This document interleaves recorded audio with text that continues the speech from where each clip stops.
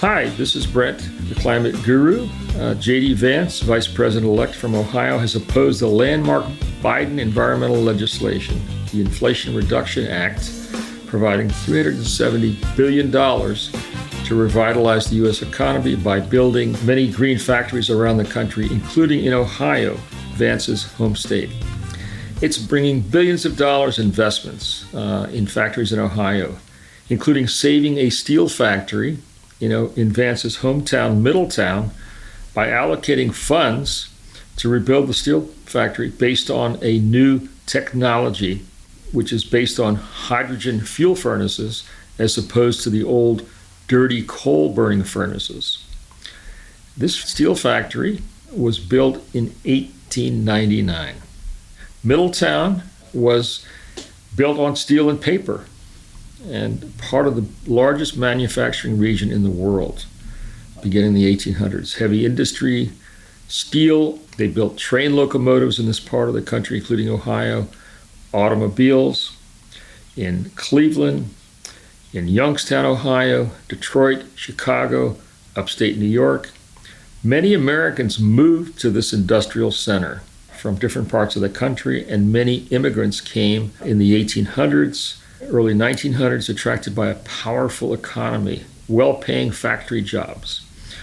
J.D. Vance's own grandfather came from the poor hills of Kentucky to Middletown factories to work. In Vance's book, Hillbilly Elegy, he said, "The city steel mill was an economic savior that helped lift his grandparents up into the middle class."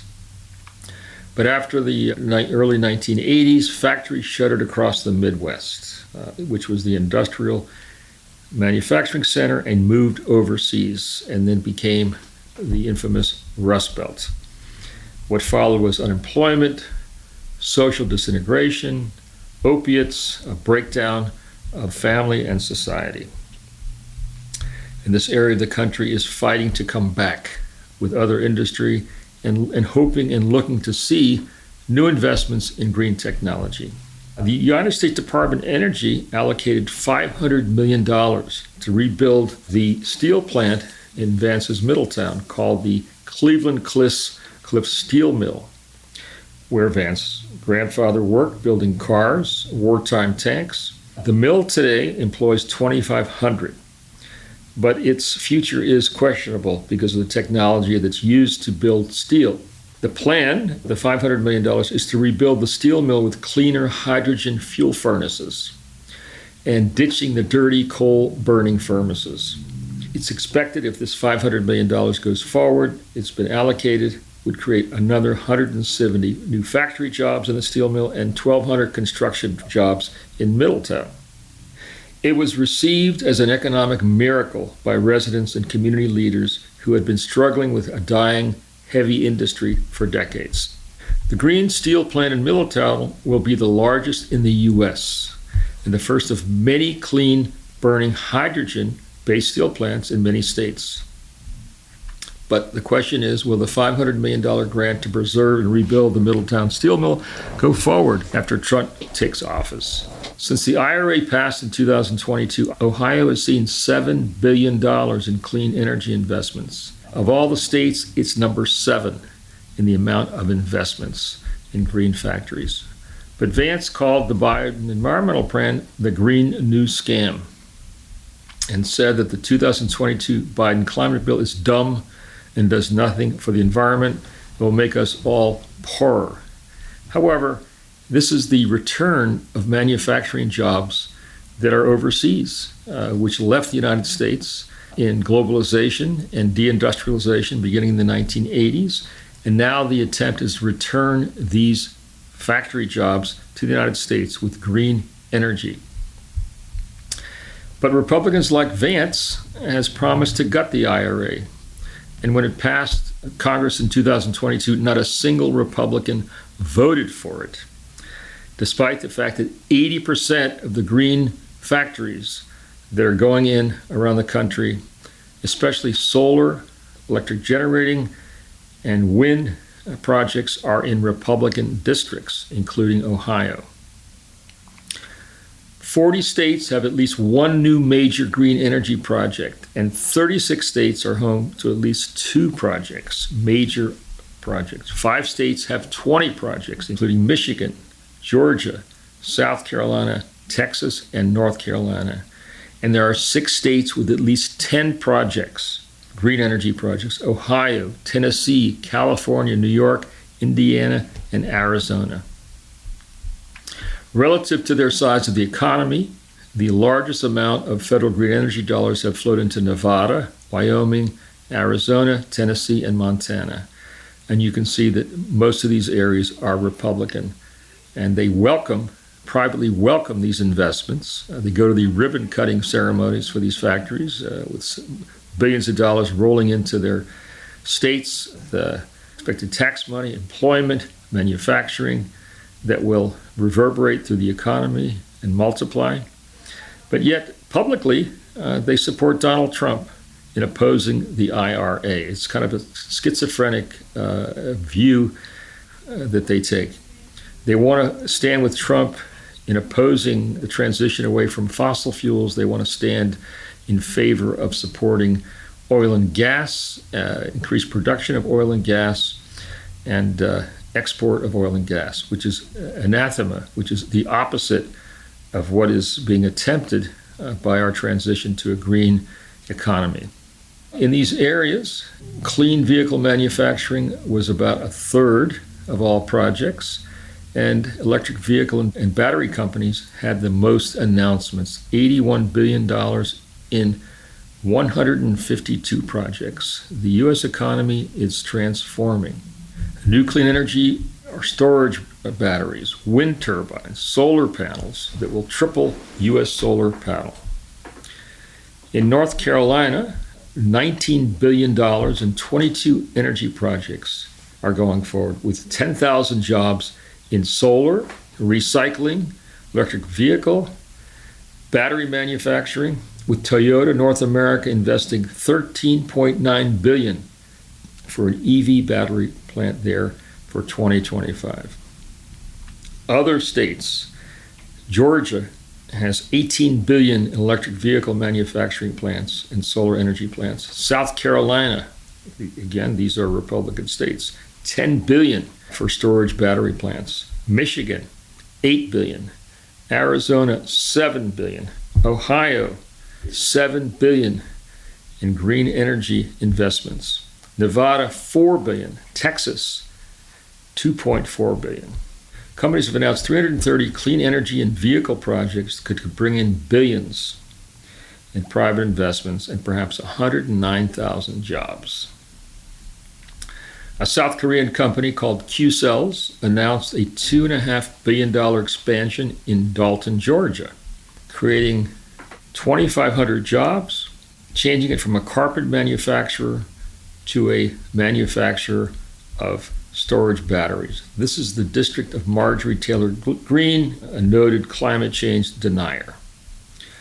In Nevada, U.S. Representative Mark Amodei, a MAGA Republican, has pushed for more fossil fuel production in the U.S., even though Nevada has seen $4 billion as a result of the IRA. In North Carolina, we have a Governor Roy Cooper, who's a Democrat, issued an executive order on climate change to cut CO2 emissions by 40% by 2025, to cut them below 2005 levels. But the Republican-controlled legislature opposed it. In 2023, the North Carolina Republican lawmakers added a law preventing North Carolina from joining the Cap-and-Trade Initiative, the regional greenhouse gas initiative of several states, made up of several states, to limit power plant emissions. This is the irony. Red states are reaping the most from the Inflation Reduction Act, especially states in the Midwest and Southeast, where there is strong wind, continuous wind, and the erection of more and more wind power electric generating plants. Republican leaders have really a schizophrenic approach to the billions of dollars being invested in their states for green factories. They love the investments. They love the job creation, increasing the tax base. They show up for the ribbon-cutting ceremonies and take the glory, but they also play into Trump's big oil loyalties, saying, we need to keep drilling oil and gas. Keep big oil strong. Keep drilling and selling fossil fuels. But that's what's being replaced by this green economy, which is seeing billions of dollars invested in Republican districts with electric generation from wind and solar, not fossil fuels. And transportation moving away from vehicles powered by gas and diesel towards electric vehicles. So it's a schizophrenic attitude. They love the investments, they love the employment, they love the increased tax base, but they feel obligated to support Trump in his lifting up, continue to champion the cause of big oil and gas. Climate change scientists tell us we have to keep 2/3 of coal, oil, and gas in the ground to meet the goals of the 2015 Paris Climate Accords, to keep global warming from increasing to 1.5 degrees Celsius above pre-industrial levels, to avoid the most dangerous impacts of climate change. Republicans publicly are not unified in their attitude about the Inflation Reduction Act. 18 congressional Republicans signed a letter in August to Mike Johnson, GOP House Speaker, urging him to be cautious in repealing all or parts of the IRA, as Trump promised to do. This is a real break away by leading Republicans with Trump. These Republican leaders said energy tax credit have spurred innovation, incentivized investments, and created many jobs, especially in their Republican districts. They warned that if the IRA gets rolled back, it will negatively affect working class people in Michigan, Georgia, North Carolina, and Ohio, who will be hurt because this is where these projects are being developed. Amanda Woodruff of Reimagine Appalachia, a nonprofit that focuses on developing the Ohio River Valley, which, as we know, was the center and continues to be a center of coal production, especially West Virginia. She said, we are finally bringing back hope to the region. People are excited about these investments in coal country. Carol Kaufman of the Ohio Environmental Council estimates that $10 billion in clean energy investments have already gone into Ohio since the IRA was passed in 2022, just in 2 years. And it created more than 13,000 jobs, mainly in solar and electric battery production facilities. It's helping to rebuild Ohio as the manufacturing powerhouse it once was in the 1800s, early 1900s, but now it's based on green production.